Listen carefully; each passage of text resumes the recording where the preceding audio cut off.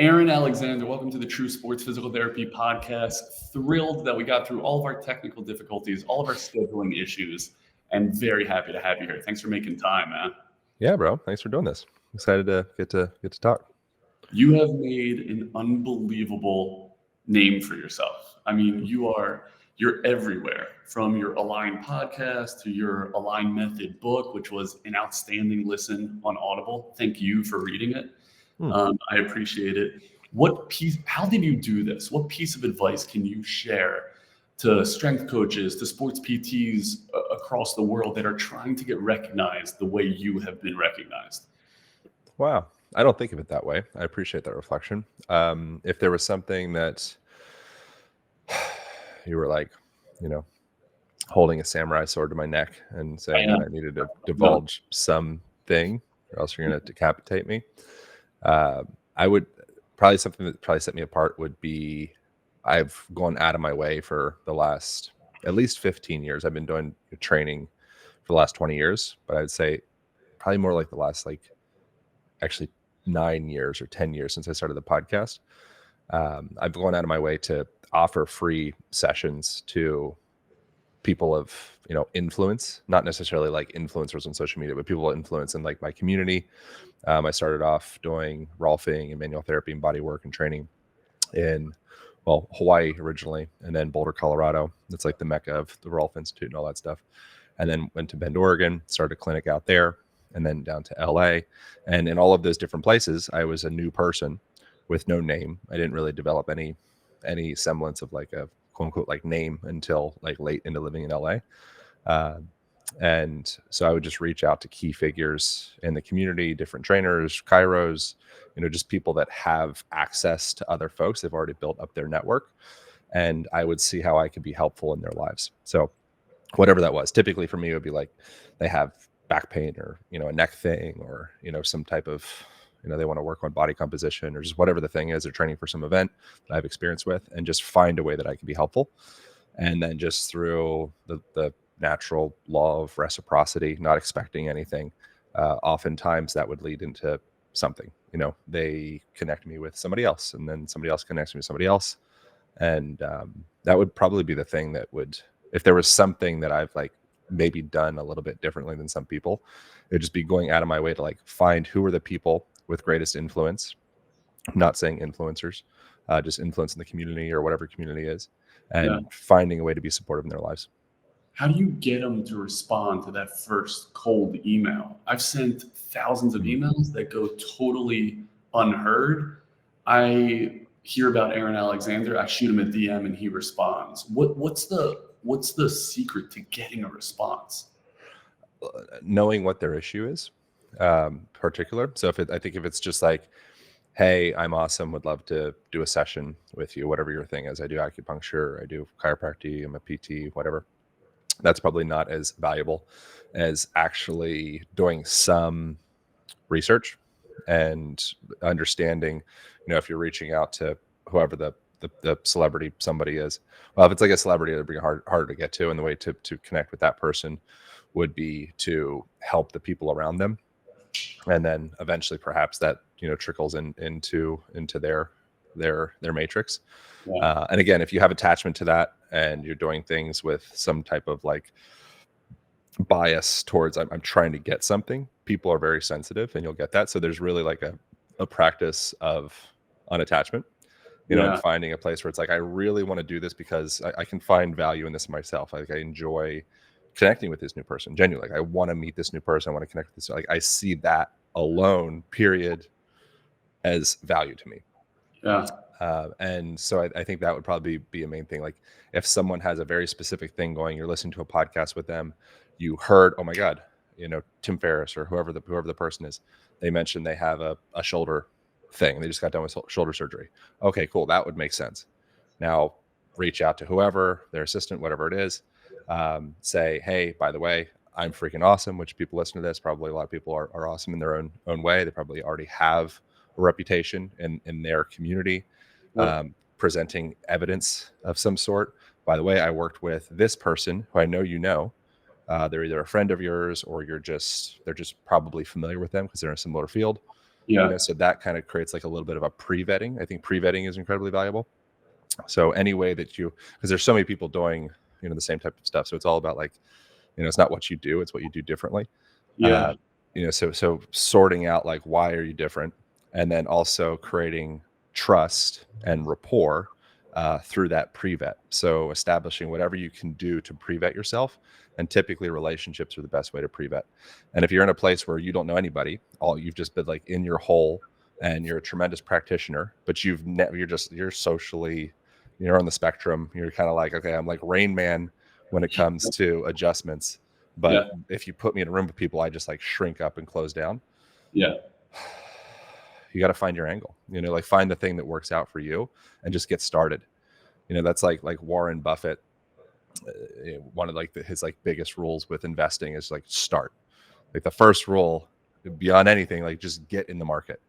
Yeah. And so that would be my suggestion. This is not at all what I was anticipating talking about, but I don't ever talk about this to anyone at any point, at any time really. So it's like kind of fun to explore like, oh yeah, like what is all that stuff?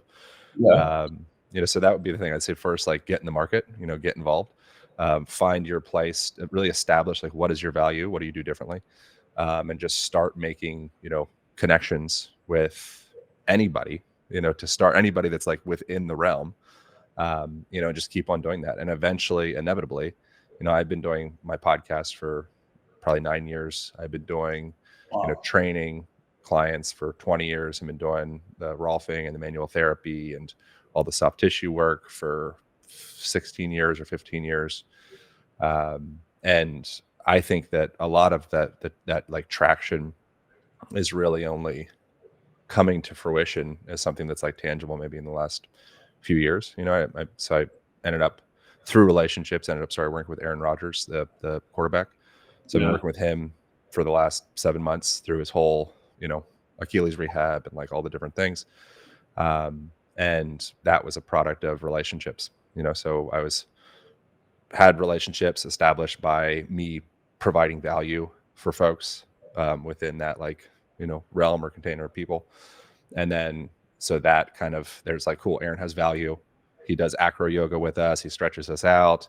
He's like super nerdy, geeky, weird about anything in relation to like freaking, health or nutrition or biohacking or movement. If anybody has a shoulder thing, Aaron's like first to raise his hand, like I'll sort it out. So it's like, cool, you have value in the tribe. And then from there, just continuing to provide value. And that was because of that 19-year process. It puts me into a place where suddenly, Rogers is in my sphere and he has some stuff going on with his, whatever he had going on at the time. I was able to fix it in like a pretty permanent way, which is great. And then it's like, cool, like let's keep going deeper. It's like, okay, cool, let's do it. A few things jump out at me from that story and you just kind of getting started. One is I'm going to try to use your advice right now. And so I'm going to pre-vet myself by telling you that one of my heroes and now dear friends is Kelly Starrett. Mm-hmm. And so just reading through your book and listening to your book, Kelly wrote the intro to the Align Method or one of them, right? Yeah. And Kelly's had a major impact on my life, specifically within my profession. Give me a good Kelly Starrett story and how it impacted your life and career, because I know you have one. So like Kelly Starrett story in the sense of like how I got associated and connected with him in the first place? Yeah, what's that connection with Kelly? Well, Kelly was just because of the podcast. So the podcast for me, now podcasts are so diluted, so like I think I in some ways was, I don't know, lucky or something to have started it before podcasts were really a thing. Yeah. So I was able to create somewhat of a name and kind of like establish somewhat of a position in the podcast sphere. And when people were more open to doing podcasts as well. Yeah. But really, Kelly, there wasn't really anything complicated with that. It was just reaching out on wherever I reached out on, Twitter, Instagram. It was so long ago. Probably the first podcast I did with Kelly was probably 6 years ago or 7 years ago or something. Awesome. And so I don't really have like an amazing story. Well, I guess maybe in somewhat. Okay, so this would be a thing. So we're doing a remote podcast right now. Your potential one, if you don't remote podcast, you can have like the beginnings of rapport with somebody, but more likely than not, if you and I see each other in, you know, a year and a half or something like that, it would be, well, since you reached out to me, you would probably remember me, and in a year and a half, it would be harder for me to remember this with you unless something happened, just by way of like, I didn't know about you before this podcast. And Well, you know, Aaron, just wait. I'm going to be all over your DMs right, following. exactly. Yeah, right. Yeah, so stay persistent. But not, and there wouldn't be really much reason for you to like, you know, try to, you know, whatever, be persistent with me or whatever. I'm just saying this is, as an example, this is a thing that can happen. And I hope that doesn't sound totally wanky and pretentious. You're good. It's just something that can happen with a remote thing. You're creating rapport, but it's not to the same degree as in person. For sure. It's easier to get your foot in the door. Not that you have any reason to get your foot in the door. There's not a ton that I would be able to provide you of, you know, value in the world or whatever. Maybe, you know, who knows? Dude, There's no reason for you getting any foots in any doors with me or anything like that. Value and my foot in the door now. But yeah, whatever. You and I, we're at the same level. We're like, there's different value that you and I could both offer each other is the reality. I'm sure there's a ton of stuff you know way more about than I do, you know, and things that maybe I know a little bit more in some different directions. There's a lot of things that we could share. Yep. Just as far as like, you know, a person has so much space for so many people in their lives, and the tendency if someone's not within that like circle of, you know, 20 people or 50 people or whatever, it's just going to disappear. So the rapport you can create with an online experience is rapport, but it's not fractionally close to the experience of actually like being with a human being. So that would be something that I did with Kelly that went from, there's no way Kelly would remember me. Oh yeah, remember when we did a podcast 2 years ago and we talked about elbows? Yeah. You know, he'd be like, he might fake that he remembers me or whatever, but like, there's not much of a connection. So if there's the availability to actually meet with the person, and then I will provide value for the person outside of just the podcast. Sometimes podcasts can feel a little bit like almost like feels like prostitution in a way. If the podcast guest is just like asking you rote questions that you've been asked 100 times and you just provide the same answer. Yep. You can feel kind of just like, oh, like that wasn't the best usage of time. You know, so go out of your way to provide value for the person, whatever the heck that is. And so for me, I meet up with Kelly and I meet up with Juliet, and I do Rolfing, body work, all the things, sessions with them. They're like, oh my God, you're actually like quite talented at this. This is interesting. This like the way that you work stands out from anything that I've done before. It's like, oh, cool, sweet. So first you actually have the thing, you've cultivated the craft. Then you get with the person if it's possible. It's a lot harder to get with somebody than it is to do something remote. Yeah. And then that creates actual rapport. Like you guys have you circulated each other's pheromones and felt each other's touch and felt like, you know, you actually like experienced the quality of that human being. You had this like energetic, electromagnetic, pheromonal, you know, mental, emotional experience with each other, which creates memory. The way that you remember something is by creating emotional content around it. Being with a person is emotional content. Remote stuff, there's not a ton of emotional content that transpires. Yeah. So that would be something that I would say that might perhaps stand out. If the question was, you know, tell me about something that stands out with Kelly Starrett, like as far as like creating connection, it would be going out of my way to say, cool, I'm in Bend, Oregon. I'm going to drive down to San Francisco. I'm going to meet you at your gym. I'm going to bring all my podcast equipment. I'm going to commit that weekend to doing a free session for you, a free session for your wife. I'm going to, you know, do a class at your gym. I'm going to meet other people. I'm going to do the work within myself to show up and be in shape and have like a tan and have eaten healthy food for the last while and gotten good sleep and read books that allowed me to have range to be able to have conversation outside of just this one thing. Yeah. You know, and just have like that life experience to be able to bring the gift of not just body work, but also like presence with the person and listening to the person and actually creating impact in that person's life. Like that's the operative thing. How do I create actual significant, meaningful value in this person's life that could potentially be supportive, you know, for my own life and path and, you know, future. Okay, a few points that jump out at me there. One, you made yourself available. You said, hey, I'm going to be there for the weekend. So you did exactly what you preach, which is you just got to start. You got to put yourself out there. So that's one. Two, you were super intentional about that interaction. You prepped for it. You thought, hey, what books maybe is Kelly reading? I want to read those books, or what topics are Right. going to come up. Yeah, that's a thing. It's a thing. I'm going to do that. Yeah. It reminds me of my lone interaction with a guy named Eric Cressay, who's a star in the strength and conditioning world. Yep. I sent that guy an email and said, listen, I'm going to be down in Florida a number of times over the next 6 months. What weekend would work for you? He gave me a date, and then I booked my flight because obviously I wasn't going down to Florida a number of times. So their schedule is so much more important than yours. It's like if there's an opening, it's such a big deal for someone. If in the hierarchy of whatever, there's a lot of different hierarchies in the world. There's just a money hierarchy. There's like a influential kind of hierarchy. There's a, maybe if it's a strength thing, there's people like, wow, that person's the strongest person in the world. I can only bench 115 pounds. Like whatever the heck, there's hierarchies are inevitable. It's always the same. If someone that's like in like the stratosphere of the hierarchy is giving you the opportunity to be supportive in their life, and your intention is to grow towards closer where they are, cancel everything and anything they say in that instance of like creating a little micro moment of opening that might go away and never come back, I think is it's worthwhile making yourself very available for those situations, and like whatever they need in that. You don't want to just become like bend over for them for anything. But as far as like the scheduling goes, I think if they create a window, it's like press pause on whatever you can, drive to San Francisco, offer them everything and bring them a gift. Like don't be a creepy, don't be a weirdo. Don't be a stalker. But just like be present and and be there and like make yourself available for it. I think it's valuable.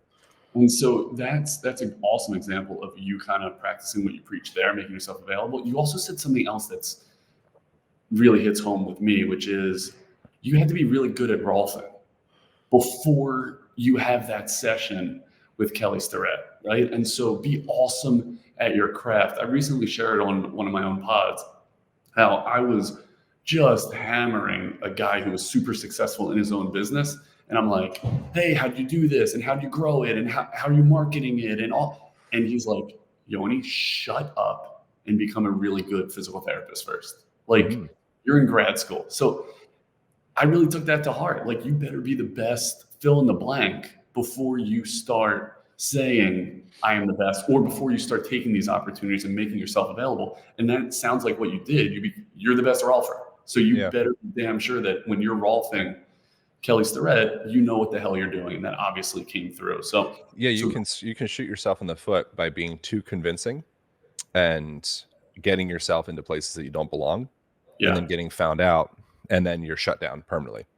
So there's that as well. Like, so you can be, you can have read how to win friends and influence people and, books on body language. And, you could have researched, Kelly Starrett's a fan of Miyamoto Musashi, so I'm going to read the book of the 5 Rings or whatever, and show up and have all this information, you kind of like stalked them. And it's like weird. And then they finally, you're like, cool, let's do a session. And you suck. And now they have this memory of this person. It's like, I remember that. Like they sucked. I would never recommend their service to anyone. No, you're dead. But if you manage to get your, foot in the door or whatever in 3 years, after you put in 9,000 hours of repetitions of this and you got better, and then you're there, then suddenly it's a very different thing. So I think that's like delusional self-belief can only take you so far. Get really good at your craft first. So that's outstanding advice. Okay, tell me about Rolfing. Tell me what it is, who it works for, and why it works. What do you think about Rolfing? Do you know anything about it? I know enough to know that I don't know enough to speak intelligently about it. Yeah, well, Rolfing's the last name. I just asked because I'm kind of curious. For me, I've been steeped in it for a while, so my perception of it's like very different. Most people would think it's like live action role playing or rolling on the floor laughing or something, or they might know it as being something that's like some form of massage therapy or manual therapy that's super painful, but often it leads to like these cathartic kind of weird releases and, emotional stuff. And I would go with my thought would be the latter. Very Mhm. painful, a lot of trigger point work. Yeah. But I'm asking you to define it and maybe fill in what I don't know about it. So the painful part comes from, and I'll try to be brief because I don't know how much people really care about Rolfing, because it is such an esoteric thing. But it's the last name of Ida P. Rolf. I'm not going to ask you a question that people don't want to know the answer to. That's a good point. I think I have insecurity around certain things like that, where I'm like, like Rolfing, like, does anybody really care about what Rolfing is? Yes, I All right, do. good. All right. So yeah, we can go as deep as you want. Comes from a gal called Ida P. Rolf. She had some health conditions of herself, and she got it quite deep into like the world of osteopathy. Okay. And so the original meaning or approach with osteopathy was much more manual. So it's a lot of the symptoms of disease that we're experiencing is coming from something that's rooted structurally. And so if there's misalignment in the connective tissue, that could be impacting the way that you circulate lymphatic fluid, or it could be impacting the way that your nervous system functions, or visceral function, motility of the organs, respiratory function, your diaphragm, all of that, including like the heart and the pericardium and all the connective tissue wrapping the heart, or your throat, or the brain's circulation of cerebral spinal fluid through the brain. So much of disease or dis-ease is rooted in some structural footing. And osteopathy would be working with, how do we get the system, or Rolfing as well, but how do we get the system into working alignment so the system can heal itself? That's would be the easiest way to describe like what is structural integration, which is the term that Ida / the people of the time would call Rolfing. It's structural integration, integrating your body. And then with time, people started calling it Rolfing because it was like Ida had like this specific approach and be like, oh, you got Rolfed, so. And so it's a weird name. I think that's probably part of why I'm. And I think their like marketing campaigns probably aren't that good because they just don't exist. That's why I'm a little bit like, I don't know if anybody cares about Rolfing, but it's very effective if you work with somebody that's very good. That's The focus is on fascia or connective tissue. And saying you're focused on fascia is like way too broad and nebulous, because fascia is freaking everywhere. everywhere. So like anybody that does anything, if you're a talk therapist, you work with fascia, because if a person's communicating or they're gesticulating, or they have a cry or anything like that, it's going to affect the fascial layers of the body. So really everything works with fascia.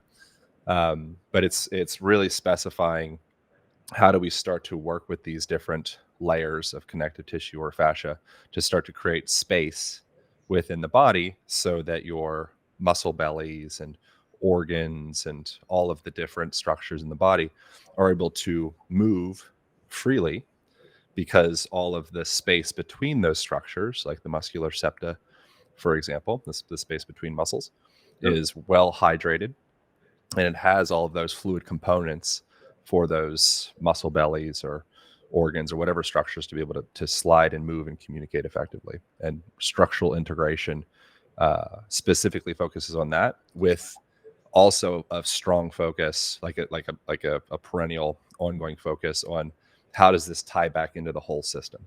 And so that would be something that separates a structural integration session compared to some other sessions, where it could be a little bit more myopic. You come with the shoulder thing, we're going to dry needle you, we're going to hit up your SCM, we're going to get into the traps, we'll do some mobilizations around the shoulder joint itself, the joint capsule, and you're like, cool, you're good.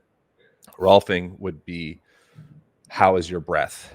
How is your respiratory function affecting the carriage of your shoulder girdle? How is that tied into your pelvic floor? How is that tied into your feet?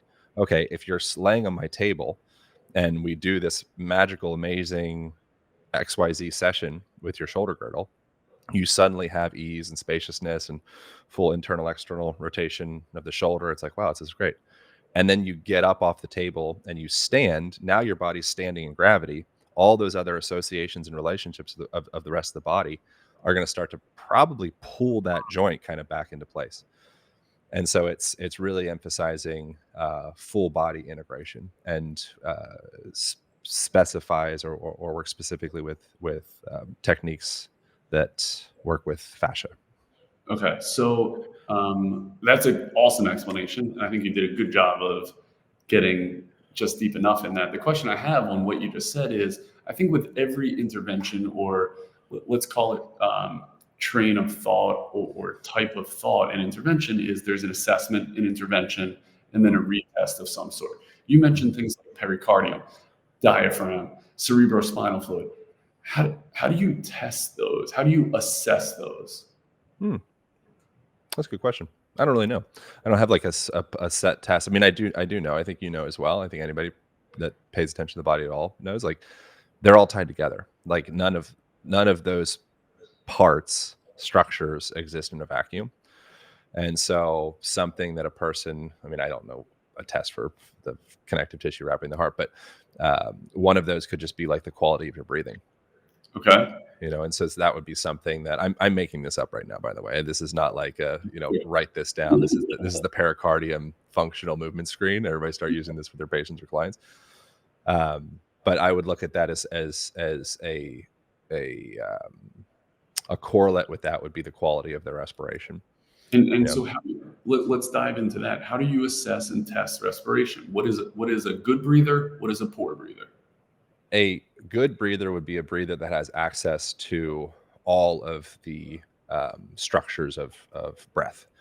So a poor breather would just be a limited breather. I don't think there's like a bad or a good breather. There's just limited breathers and less limited breathers. Okay. So someone that's breathing, typically the common trend that you already know would be a person that's kind of breathing with their shoulders, and breathing with their neck. And they might be maybe an emphasis towards mouth breathing. They might be breathing a lot. They might be, hyperventilating or superventilating and not even realize it. I think the average breathing rate for people in the United States, if you at least, I heard this recently. I was doing a podcast with Brian McKenzie. I don't know where he got this information from, but so says Brian McKenzie on a podcast from like a couple weeks ago. Said the average respiration rate is like 20 breaths per minute.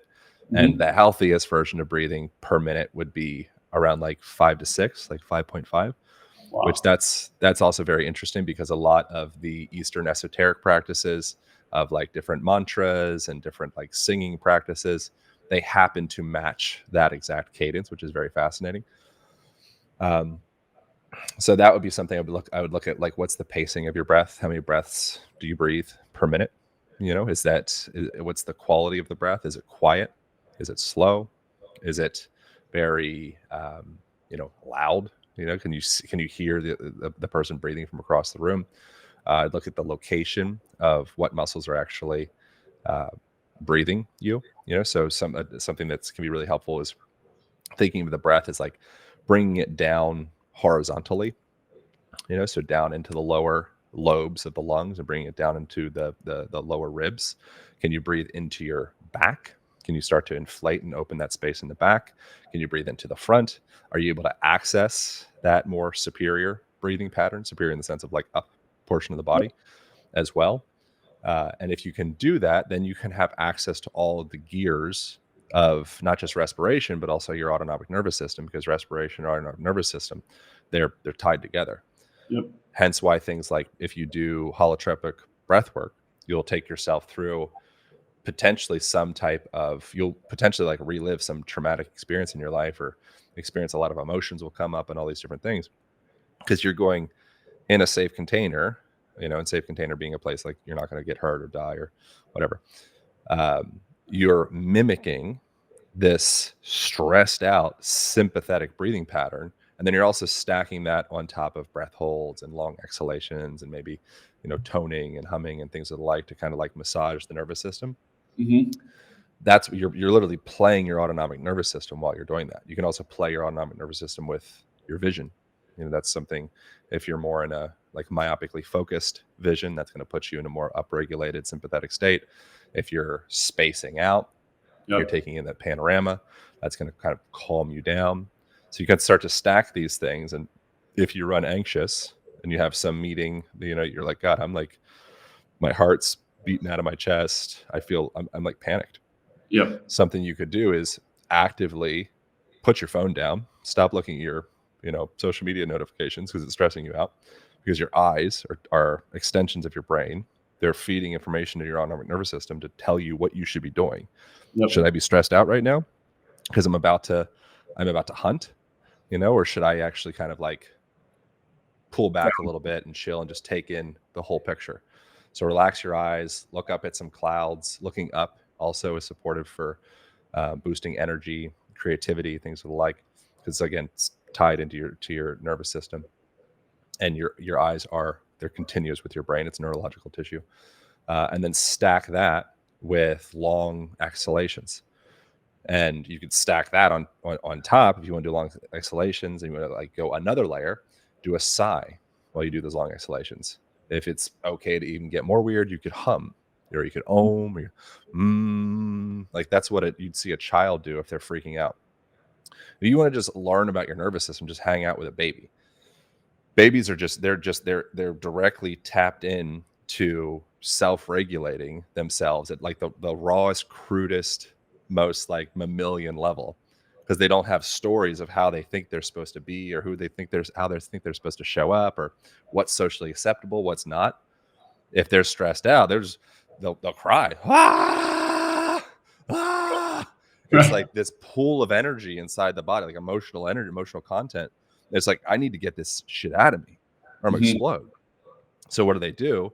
They emphasize their exhalation, and they make vocalizations, and what that ends up looking a lot like is, again, a lot of those Eastern esoteric practices that calm your nervous system down and open you up into like, higher perspectives of yourself, because you're clearing some of the stress. Yeah, maybe not so esoteric. If we were to wrap our arms around it, is there a breath practice that you make a part of your daily routine to regulate and to optimize, Yeah. to keep all of those, let's say, within that cylinder, like that you're able to constantly expand and keep that cylinder functioning appropriately? Yeah, my favorite is breath holds. So Okay. I'm kind of like on the opposite spectrum. I'm more in like the Buteyko method, kind of like Patrick McEwen type realm with Okay. breathing. I'm a big fan of breathing efficiency. So for me, I want to leverage the Bohr effect, which is as you increase CO2 in the body, and you increase acidity in the blood, it causes your red blood cells, hemoglobin cells, to become more liberal or open or liberated to Yep. release oxygen throughout your system.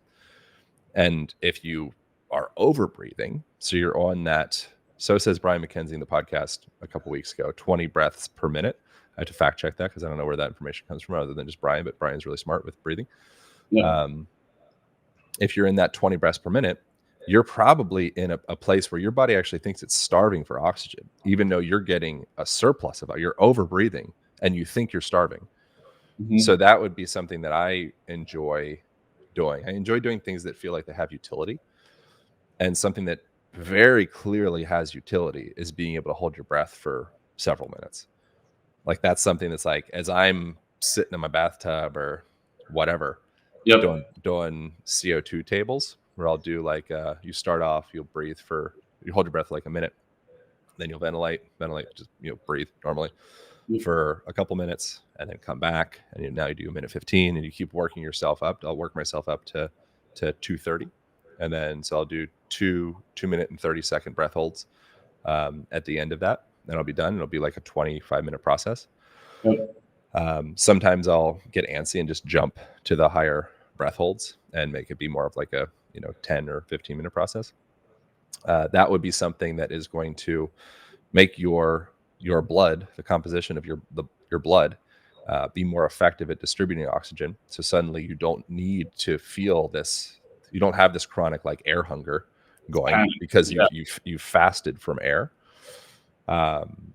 Something that I would do as well is emphasize real slow nasal breaths So try to breathe in a way that an exercise that's fun would be try to breathe in a way that it's imperceptible.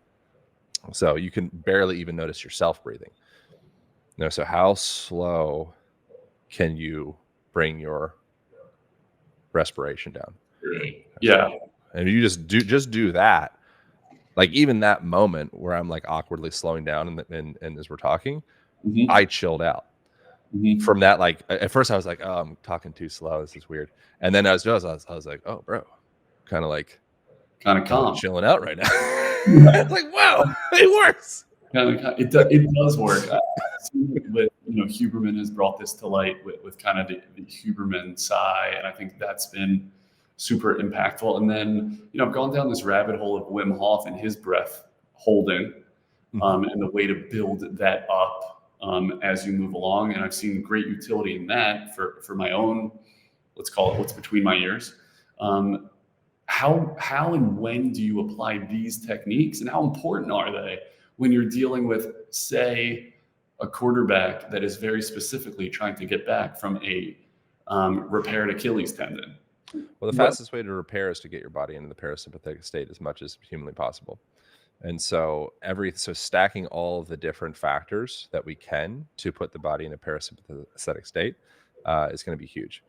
So as I was looking at, as I was doing some reading about mewing last night, which Okay. is this um, practice where you push the tongue up to the roof of the mouth. And it's kind of like this weird thing. It's like the back of the tongue you push up to the roof of the mouth, and you like draw saliva up, and you create this like vacuum seal inside the mouth, and you're pushing that tongue to create space in the maxilla and create space in your nasal cavity, and it like restructures the face. It's very interesting how that works. Because your sutures, as much as we'd like to believe, like they are fluid. Like that's the whole basis of craniosacral therapy, and the fact it's like the fact that braces work, orthodontics, Yep. and something like mewing, where you can actually see very visible, clear effect in the before after pictures of people just going through these exercises where I'm just going to start pushing the tongue to the roof of my mouth, which also is an Eastern esoteric thing as well. Putting Yep. your tongue up to the roof of the mouth completes what's called the I think it's called the microcosmic orbit. That's not like my specialty is Eastern esoteric stuff. I just find it really interesting, and it's Okay. beautiful to see the crossover of West and East. Yep. Um, so you can change the whole structure and function of your face, and of your jaw and your teeth and your nasal passages just through the way that you live your life. The if you're chewing on things that are harder to chew, you're going to start to develop that musculature. If you're slurping food all day long, suddenly your chin might start to recede back a little bit, and suddenly you might start to experience this like crowding of the jaw because you have this slack jaw thing. Your tongue is just kind of hanging at the bottom of Yeah. your mouth all day long, and you don't have any outward pressure. All you have is the inward pressure of the musculature around your face, and you start to kind of like cave in on yourself. Yeah. You Lose do it. that the similar, you could see a person caving in on themselves with their knees. That's like if physical therapy world, you see a person have the valgus knee situation where the knees are dropping in and you're Yep. trying to squat. Like you're not going to be able to activate the hips correctly. You're not going to be able to stabilize the spine. Like the whole system starts to dysregulate and shut down because it's beginning to collapse on itself. And the rich get richer, the poor get poorer, the collapsed get collapsier, the Yeah. robust get robuster Yeah. because they're practicing those positions. I don't remember what your question was. I just got So, all so hopped I, up on mewing. but going along your lines, like bringing along the esoteric Eastern world into the Western world. We have a quarterback who has Oh yeah, a yeah, newly repaired Achilles, right? We know we have to load the Achilles properly. We know we have to hit gastroc and soleus and everything up the chain and down the chain. And what's his foot doing? And what are the arthrokinematics around the ankle? When do you bring in the Eastern world to his very Western world of he just had his Achilles bolted back down to his calcaneus? yeah. The whole time, and it's just a languaging thing. So for some people, they would really it's with working with a patient or a client. The biggest thing is understanding what language they speak. And so for somebody like Rogers, as people already know, he's a fan of ayahuasca. did a darkness retreat and talks about a lot of esoteric stuff on the McAfee show. Yep. So for him, he likes that stuff. So there's no problem so communicating to a client like that.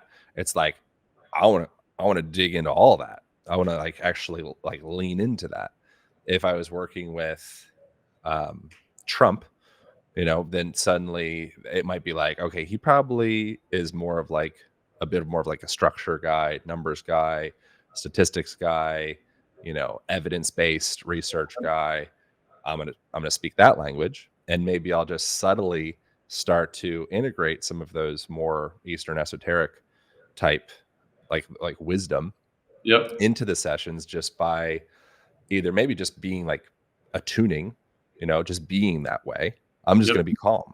So like the influence that I'm going to have on this session, we're not going to talk about any practices or anything that's going to weird you out. We're just going to do our training. We're going to do some heel lifts, and we're going to work on some like joint mobilization, like hip mobilization stuff. We're going to keep your hips open. We're going to do some lymphatic drainage, keep like the channels open and circulating and moving, keep the tissue decongested. And while we're doing that, I'm just going to be chill, and I'm gonna start to, and since I'm leading the session, hopefully they're not on their phone. That's what happens oftentimes when you're working with someone that's like a celebrity, like super high level type person. Oftentimes they can't get out of their head. Yep. And so that's something that ideally we can find some negotiation where, hey, Mr. Trump, is it okay if you put your phone down for this hour?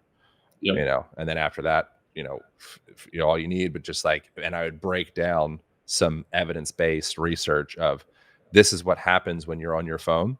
This is what happens when you are maybe thinking about something else, as opposed to kind of creating that like mind muscle connection with me, and just be very real with coming back to like numbers. Like if you're on your phone, we will have effect, but it's going to be 30% of the effect of if you got off your fucking phone.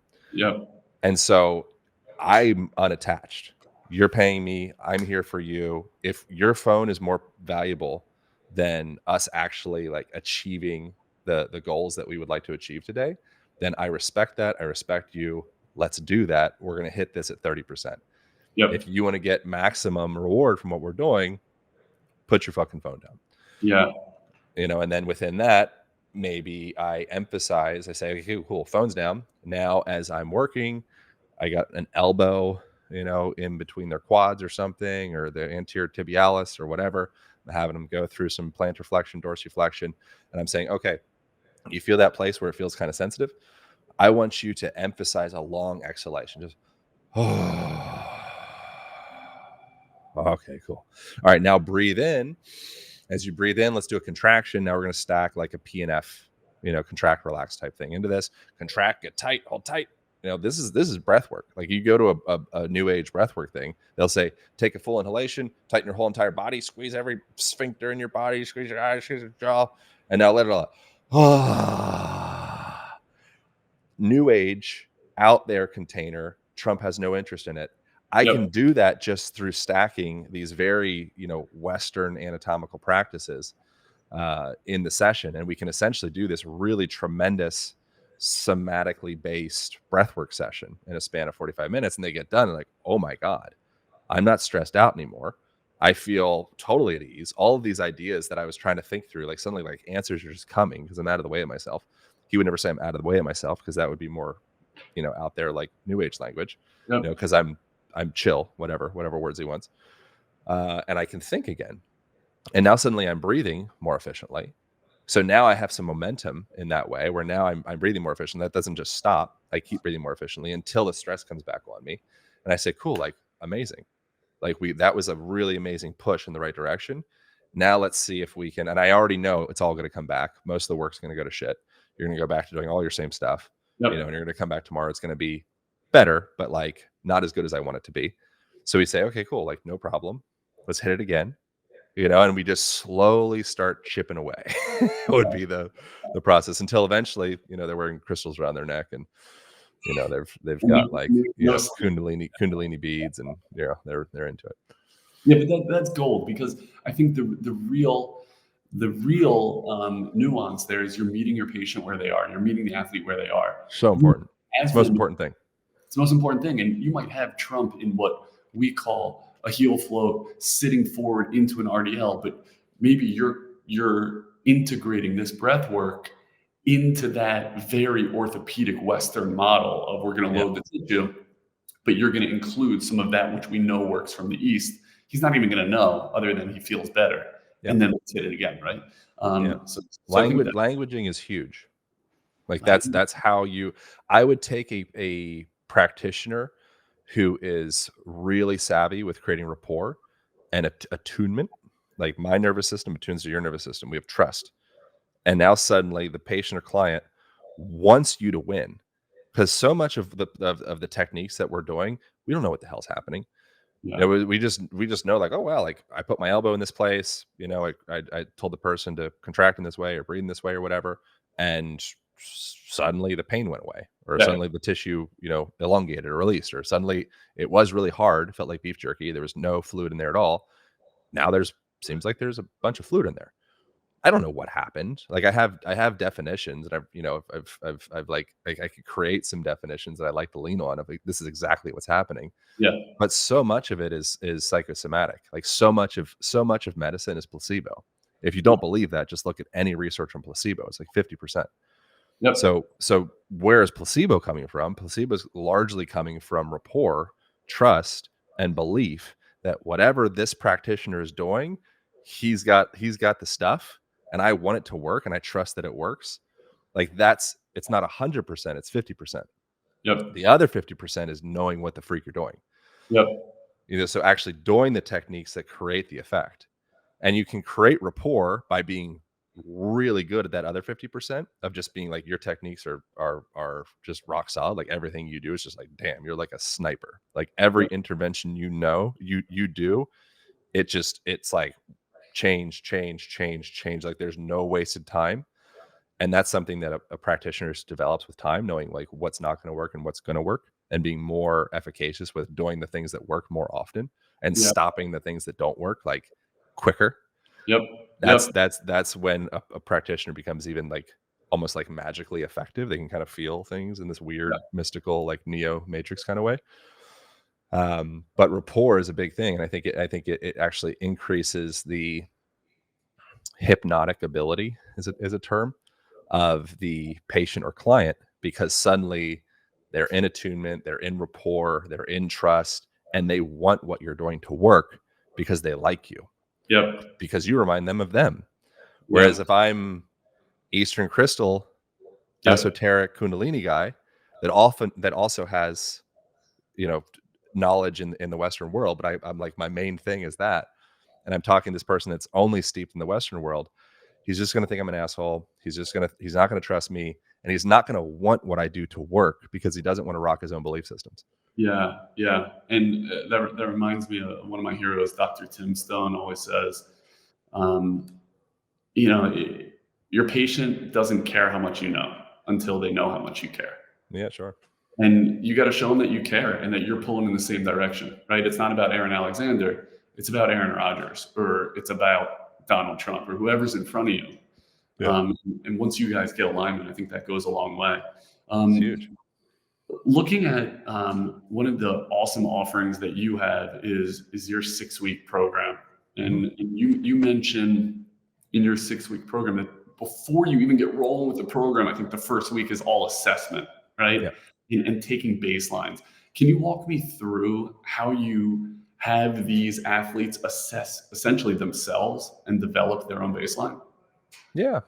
So we go through and we go the first assessment on there. We check out the function of your feet. You know, so we look at the toe hinge, we look at ankle mobility, we measure dorsiflexion because it's usually going to be the main limitation for people. We go through hip function, internal, external rotation, extension, you know, flexion, like all the different ranges. We go through thoracic mobility, shoulder mobility, neck mobility. And then we take them through a sit rise test on the first week as well. And so the sit rise test, that was, I'm sure you've seen like there's like research, I think it was from like Sao Paulo, somewhere in Brazil, and the suggestion was that you can predict a person's life expectancy based on their how well they get up and down off of the ground. Yeah, So the way yeah, they did that research, I don't remember the exact numbers, but it was a group of X number of people between, I think it was like the ages of like late 50s to early 80s or so. And it was a 6.5-ish year study. And they took all these people through this sit rise test. And they start off with a perfect 10 score. And then every time they have to, if they wobble as they're getting down up and off the ground, one, like a single wobble is a half a point loss. If they have to use a hand, then it's a full point loss. And the prediction with that is that if they have to use, I think it was like, if they got like less than if they got an 8 to a 10 out of 10 score compared to the people that got like a less than like a 3 out of 10 score, they were some significant number more likely to die during that 6.5 year period of the study. So all of this stuff, obviously, it's not like it's like if you can't get up and down off the ground, you're just going to die in the next 4 years, yeah, but it was one strong predictor of the level of like grasp that a person has in their vitality. And fall risk is the number one leading reason for elderly needing assisted living. It's like you lose your autonomy as a person, and yep, then that's like that affects your confidence, that affects your belief system of who you are and what you can do in the world. Suddenly you become a liability to your family and to yourself. Everything starts kind of, again, collapsing in yeah, this expedited rate if you start to lose that capacity to effectively get up and down off the ground. So I make that be like a forefront of like, we're going to make sure that when you go through this 6-week program, we're going to get you as close to a perfect 10 score by, as soon as we can, depending upon where you're at. It might take longer than 6 weeks, but it might take 6 hours if we just show you a few techniques and open some space up in some joints that you just didn't have space at before because you weren't going through those ranges. And then also in the first week, which if people want to check this out, it's totally free. So you can go and see all this stuff. It's at alignpodcast.com/AMP. AMP stands for Align Method Program. So you can start that. It's free. You can see the assessments that we do on there. You can take the sit rise test yourself. And then I go through, I believe it's like 4 different joint mobilization techniques and soft tissue techniques that I found to be incredibly helpful. So it's like pin and stretch and PNF and traction, joint traction, and things like that. And just breaking down like, here's how you do this effectively.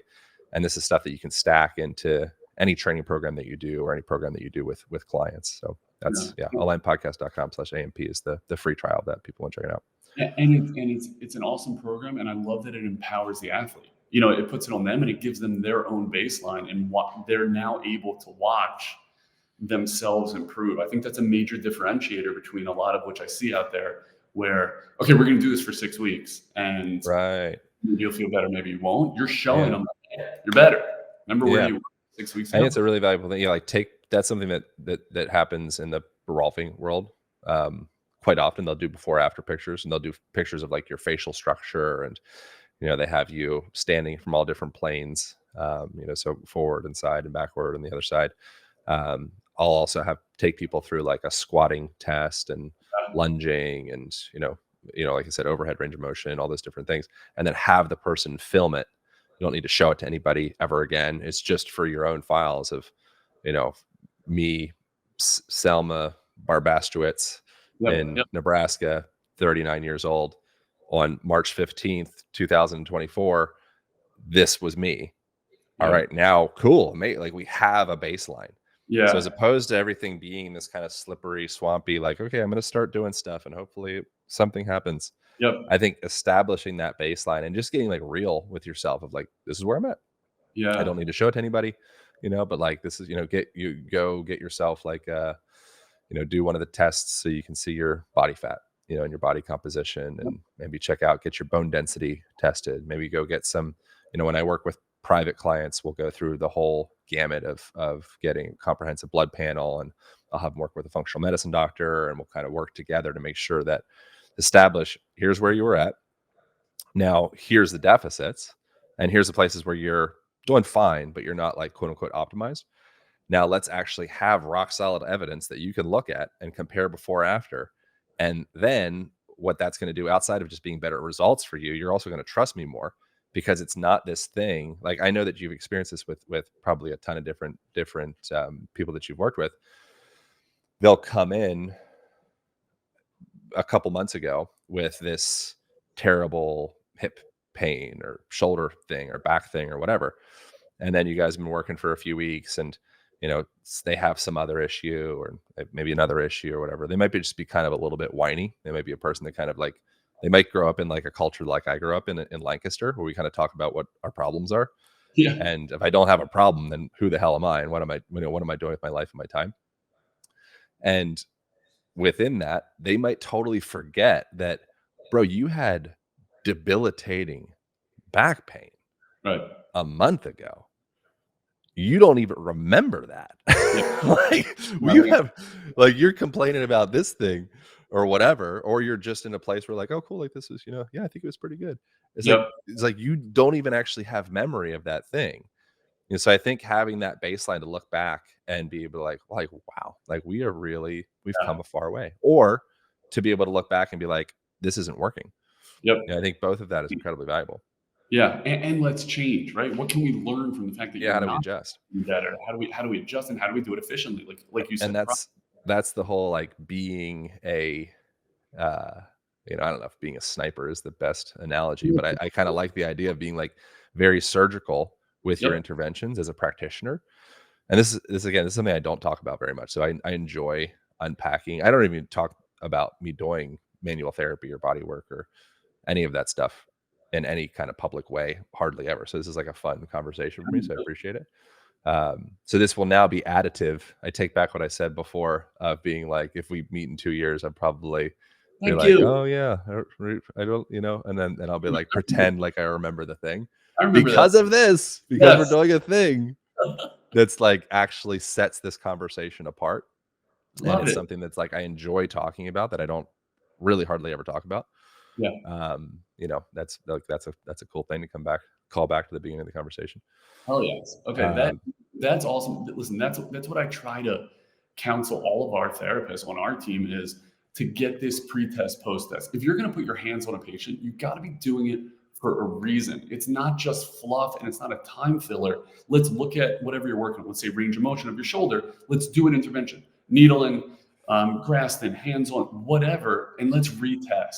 Is it better? If yeah. not, how are we adapting? That's your program, dude. Aaron, that's what sets your program apart. Thank you. You should be talking a ton of this. I would love to dive into nutrition, but I don't have time to dive into nutrition. But we Yeah. will get there in our second podcast. So Yeah, just sure. put that on the calendar. I want to finish with an Eric Cressay lightning round. You ready? Yeah, let's go. Yeah. Okay, here we go. Biggest mistake that manual therapists make. Well, I think I'd probably answer this differently, and depending upon like the hour that you asked me and what we're talking about before. But the thing that comes to mind that I was just thinking about would be like forcing a square block into a circular hole. And because this technique, you're just gonna like make this technique work and not Mhm. listening to the term that I learned in I think it was probably maybe Rolfing school, I'm not sure, but reaching a point of diminishing returns with an intervention. I think the more sensitive a person can be with knowing we've reached a point of diminishing returns. This thing, whatever the thing that I'm doing, it was pretty effective, and then it became kind of effective, and now I see it's diminishing. My returns are diminishing. I already kind of know that it's at a point of like just kind of effective. I'm gonna do something else Yeah. before getting to the point of, okay, it's not effective. All right, I'm gonna try it again. Yep. Maybe it'll work next time. Okay, it's still not effective. Shit, I'm kind of out of tools. Yep. We're gonna make this thing work. And so I think being really sensitive to that diminishing returns with an intervention would be something to cultivate. And the way that you can cultivate that is by having a broader toolbox. Yeah. So the tools that you have, the weapons that you have in your artillery, be as proficient with them as humanly possible, and expand them. And start to look at the nervous system, start to look at respiration. If you can tap into sort a person's breathing out, I guarantee a lot of the stuff that you are just banging your head up against a wall trying to sort out, it's very likely tied into their nervous system, and their nervous system's tied into their respiration, and then maybe get into like visual exercises. There could be something that's some type of visual thing going on Yep. that's actually messing up every time they take a step. Every time they walk, their balance is a little funny. They're being pulled a little bit to the left or pulled a little bit to the right. Their neck's a little kinked out. So start to understand how the eyes are affecting your movement. Get into lymphatic drainage. Yeah. Understand, like, wow, this whole the sewage system of the body. Like, damn, interesting. If I was creating a community, a town, and and I had to have all these systems, maybe have a president or a king or a queen or whatever, like down the chain, like very, very soon, I'd say, holy shit, we have trash building up everywhere. Yep. Like, where are the factories that are sorting this, processing this trash? Like, oh, right, that's your glands, that's your lymphatic system, and that's the channels, the highways that allow those trash trucks to move from your foot to your knee to your pelvis to your heart to the to your neck, and circulate through that whole entire thing. So um, expand your horizon in the various different systems, and start to just kind of dip your toes into different waters of at least having like a cursory awareness of how to touch on some of those systems, because sometimes you might be working on something that's just like you're purely musculoskeletal. Yeah. And if you just had any sense of how to get into the organs, and kind of do a little bit of visceral massage or any of that, a lot of that stuff that you're working with and trying to unbind the hip, if you just had the confidence to get in and start to get your hands in the abdomen and maybe go beyond just the iliopsoas, and Yeah. start to move into, just the other structures in there. Suddenly what you might find, what you almost definitely will find, is suddenly you end up getting that spaciousness and that ease and that lubrication that you were looking for. Yeah. Yeah. Add more tools. It's something I hated hearing in graduate school, but add more tools so that you have somewhere to go. And also more systems.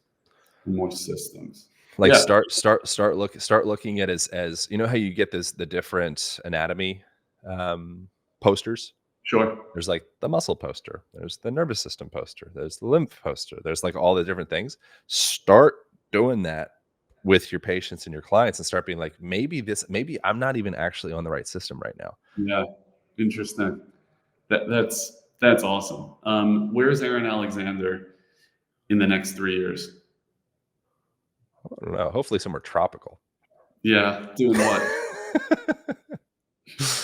Yeah, I don't know. We might, maybe, I don't know. I think probably doing more of what I'm doing, I would think, and just becoming, I think a lot of what I'm really interested in is just deepening my own relationship to my own body and my own, mind, and, you know, sorting out some of like the deeply set subtle anxieties that like govern my world, and it can kind of spill into relationships and like romantic partnerships, and kind of ways that I might subtly be self-sabotaging myself and not realize it, and just creating more depth within that relationship to allow that process of becoming a better version of myself to just naturally spill out into people that I come in contact with. Yeah, whatever it is you're doing.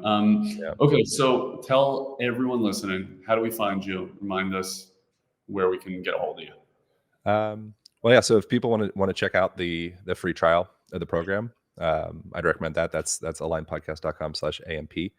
And then social media is Aaron Alexander. The podcast is Align Podcast.